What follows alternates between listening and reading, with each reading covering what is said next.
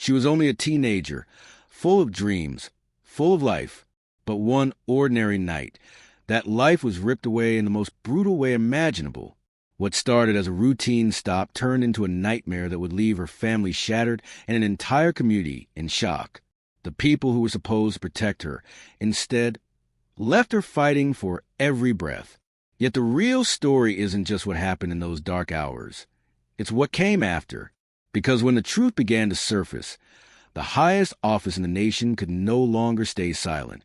So the question is, why did it take a tragedy this big for the world to finally pay attention?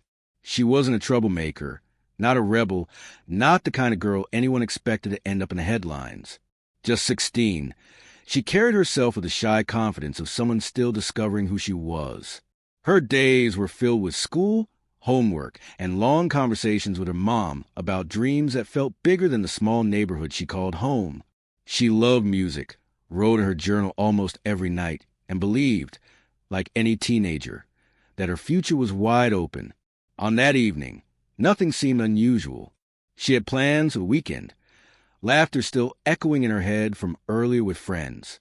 The world around her felt ordinary, familiar sidewalks, distant traffic, the quiet comfort routine.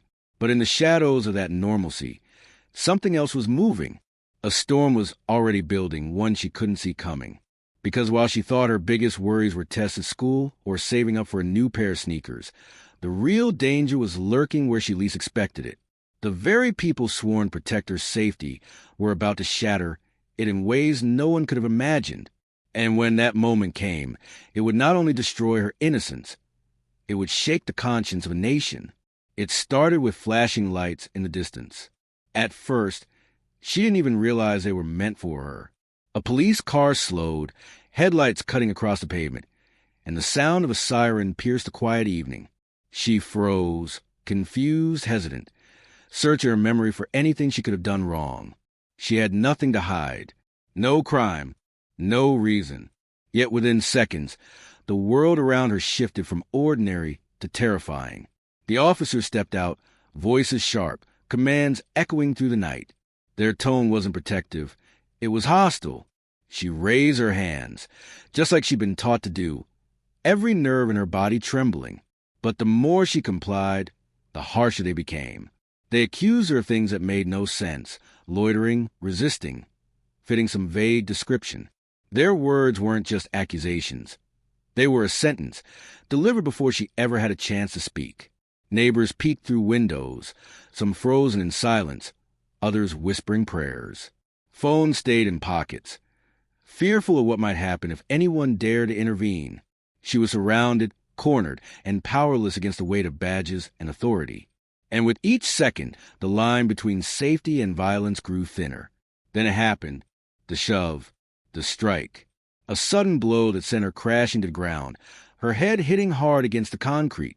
Pain blurred her vision. Fear clawed at her chest, and the night became a blur of chaos. She could hear shouting, boots slamming against the pavement, the sting of hands pulling and pushing her as if she were an enemy instead of a child. Every moment dragged like an eternity. Her pleas went unheard. Her cries drowned beneath the noise of commands barked louder than her voice. She struggled to breathe, her body weakening under the relentless force. And as she lay there, fading in and out of consciousness, a single thought cut to the panic. This might be the end. But the brutality didn't stop with her collapse. Even as her body went still, the aggression continued, as if mercy was a foreign concept. By the time the ambulance was finally called, minutes had already slipped away, minutes that could mean the difference between life and death. Sirens wailed once more, but this time they carried her away, broken, bruised, and barely holding on. Behind her, the scene was left marked by silence.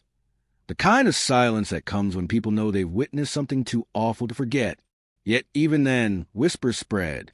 Some said she was gone. Others clung to hope. But one thing was certain, this wasn't over. Because what happened in that moment wasn't just violence against one girl. It was the spark of something bigger. And when the truth reached beyond the neighborhood streets, the weight of the nation's attention would soon come crashing down. The hospital room was silent, except for the beeping of machines fighting to keep her alive. Her body lay motionless, bruises darkening her skin, a breathing tube forcing air into her lungs. She was no longer the vibrant teenager full of dreams. She was a victim of violence so brutal it shocked even the doctors who treated her. For her family, every second felt like a countdown. Each monitor sounded a reminder of how close she hovered to the edge. Outside those sterile walls, the story had already begun to spread. Videos recorded from windows surfaced, blurry but undeniable, showing the strikes, the kicks, the merciless force used against a child. And once those images hit the public, anger erupted. What the officers had tried to justify as procedure was suddenly impossible to defend. The evidence was clear. This was not protection. This was punishment. Crowds gathered outside the hospital, candles in hand, chanting her name into the night. News crews swarmed, capturing the grief of a mother holding on to hope and the rage of a community demanding answers. Her story was no longer just hers. It had become a symbol of every injustice that had been ignored, every voice that had been silenced. And then came the moment that changed everything. Behind closed doors, the case reached the highest levels of power. The images had traveled farther than anyone expected, and the silence from those in charge was no longer an option. The President of the United States himself issued a federal order.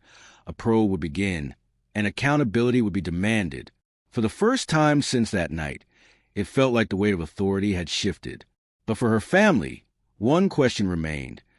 Would justice come soon enough to save the girl whose life still hung by a thread? Days turned into weeks, and though her body slowly fought to heal, the scars of that night would never fully fade. For her family, every doctor's update was a reminder that survival came at a cost. She would never return to the carefree girl who once dreamed about music, school, and her future.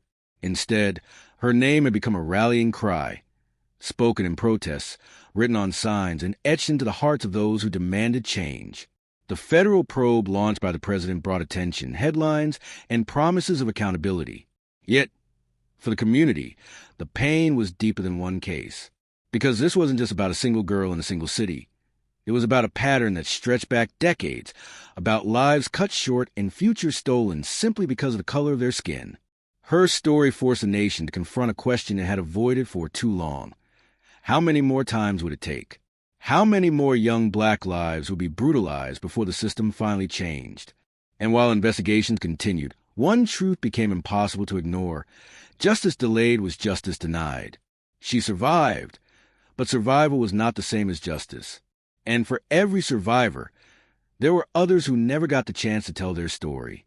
That reality is what turned her tragedy into something bigger, a reminder that silence is complicity, and that change doesn't come from waiting.